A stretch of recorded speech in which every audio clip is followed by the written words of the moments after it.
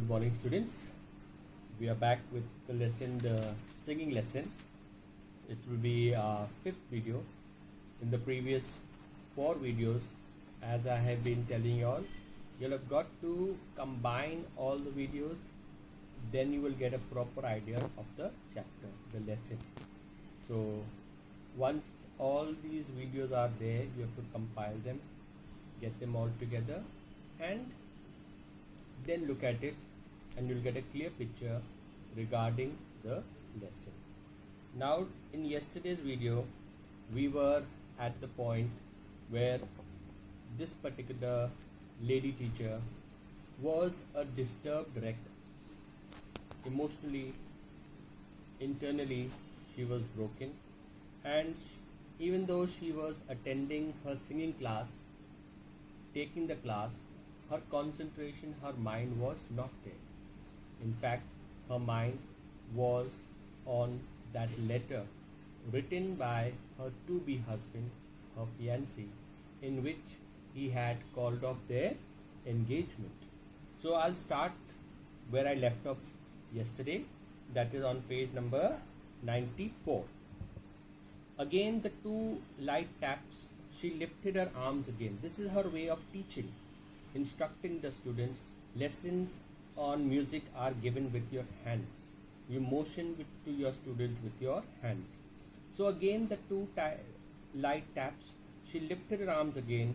Fast are too fast, and she is wanting to drag the song, and she is telling the student that the tempo of the song was a bit too fast, to slow down.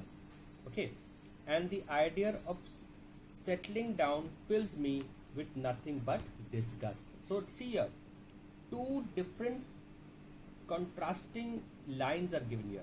One, she's slowing down the tempo of the song that is presently being played. Second, the very second moment, she is thinking of that letter in which it was written. The idea of settling down fills me with nothing but disgust. So this was written by Basil, her to-be husband, in which he is telling her that this idea of getting married and settling down to a family life fills him with disgust. Imagine, fills him with disgust. Disgust was what he had written, and she is very minutely going into the wordings, and these are the exact words written by him in his letter, that the idea of settling down, getting married, fills him with disgust. Disgust was what he had written. That was as good as to say their engagement was definitely broken off. So by these lines, by these wordings only, she could get an idea, she could get the message that he is calling off the engagement, no longer interested, no longer wanting to go ahead with their to-be marriage, broken off their engagement. And it's very, very clear, very, very frankly, he has called off the engagement. People had been surprised enough that she had got. Now she is taking the entire blame on herself. She being a little elder, people had, when they got to know about the relationship, when they got to know that Basil was to be married to this lady, people started to talk.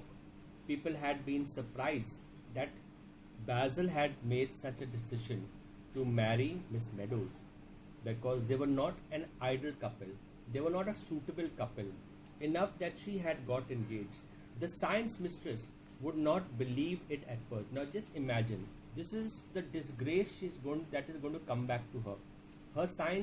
Her colleague in school only, her science mistress, was finding it difficult to believe that Basil, such a handsome man, could be interested in marrying Miss Meadows. And all these flashbacks are eating her up.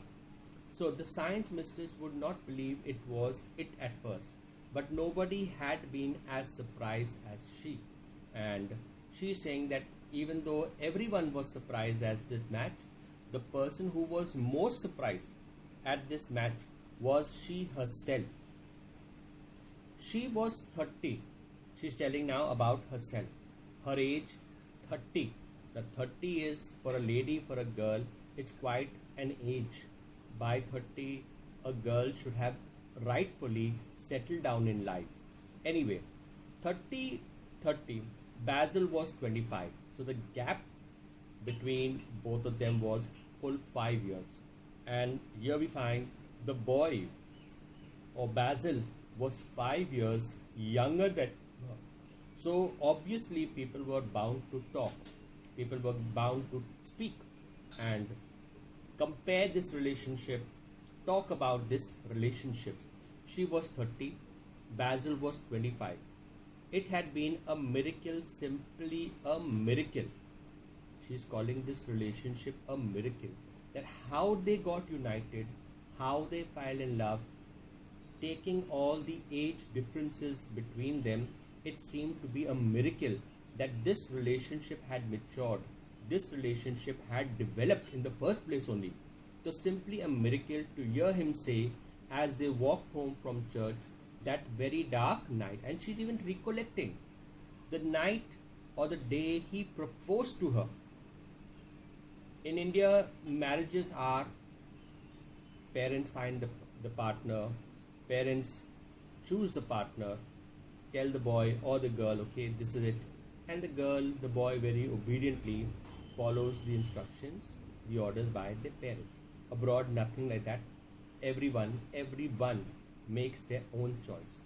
Okay, whether it's a girl, whether it's a boy, there's no forcing one to get married to any particular person. Every decision is an individual decision to marry by their own choice. Okay, so she's saying here, to hear him say as they walked home from church that very dark night, you know, someone or the other, I've got fond of you. And this is how he broke the news that he has some feelings for her, where he tells her that somehow or the other he has got fond of her. That means he is beginning to fall in love with her. This is when he broke the news to her. This is when he told her about his feelings for her. And he had taken hold of the end of her ostrich feather boa, passes away from the listening ear, and he got down on his knees. He proposed to her.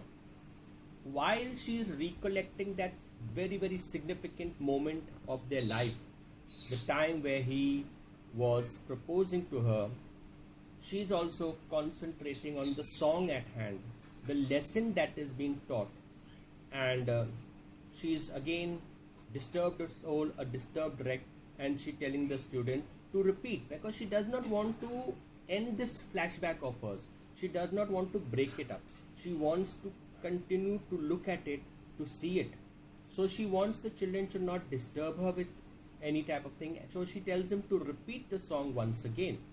And Miss Meadows, more expression girls once. She had not even seen the expression on the girls' faces. She had not even seen the tempo on the girls' faces.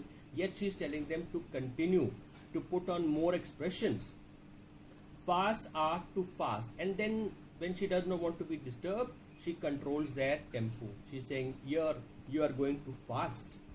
The older girls were crimson. Some of the younger ones began to cry. Big spots of rain blew against the window, and one could hear the willows whispering. And while this lesson was being on, suddenly there was a change in weather. Outside, it was a beautiful breeze blowing. Rain began to fall, and there was a complete transformation in the climatic condition in the weather there. And the girls, looking at the weather outside, were disturbed. Like sometimes when it rains in our place also, we find that you are all disturbed, and there is a lot of disturbances while it rains, and children in the class don't concentrate. Okay, so fast are to fast. The older girls were crimson. Some of the younger ones began to cry. Big spots of rain blew against the window, and one could hear the willow are the tall trees, shaking, moving in the breeze. Willow's whispering, not that I do not love you. And here she's getting the thing of him telling not that he does not love her. Okay, so then, but my darling, if you love me, though, thought Miss Meadows, I don't mind how much it is. Now she is going back, recollecting, and trying to fathom out and tell herself, but my darling, she's talking to Basil. She's talking to him. But my darling, if you love me, thought Miss Meadows, I don't mind how much it is. He said, I don't much mind how much love you have for me. It could be a little love, genuine love.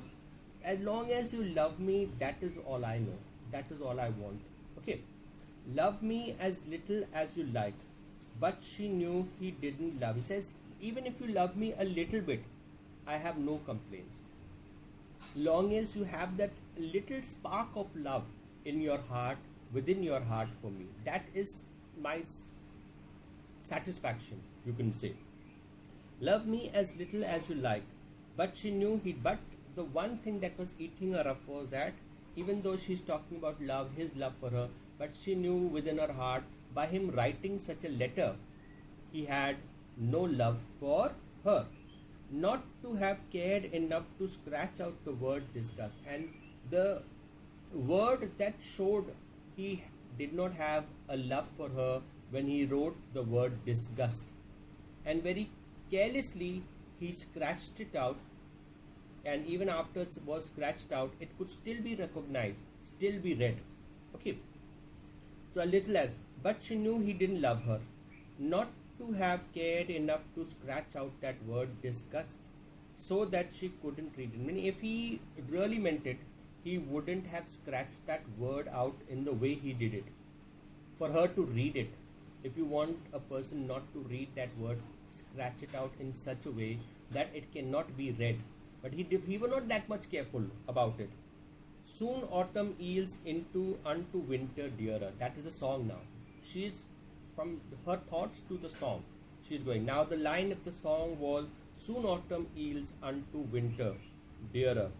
She would have to leave the school too. She would never face the science mistress or the girls after it got known. So this song, the wordings in the song was so reflecting her life. And she is telling herself that once this breakup is known to everyone, once people come to know that the engagement is called up, she wouldn't have a face to show in school. Especially the science teacher would mock her, would look at her with scorn, and she wouldn't be able to face the children even. So taking all these things into mind, she felt that it would have been better for her to leave school, give up the job, go somewhere else and start a new life. That is eating her up. That this is ultimately going to be her outcome, giving up this beautiful job even. She would have to disappear somewhere, passes away. She will just have to go from here so that people don't mock her, people don't talk about her. The voice began to die, to fade, to whisper, to vanish. Then we come back to the song.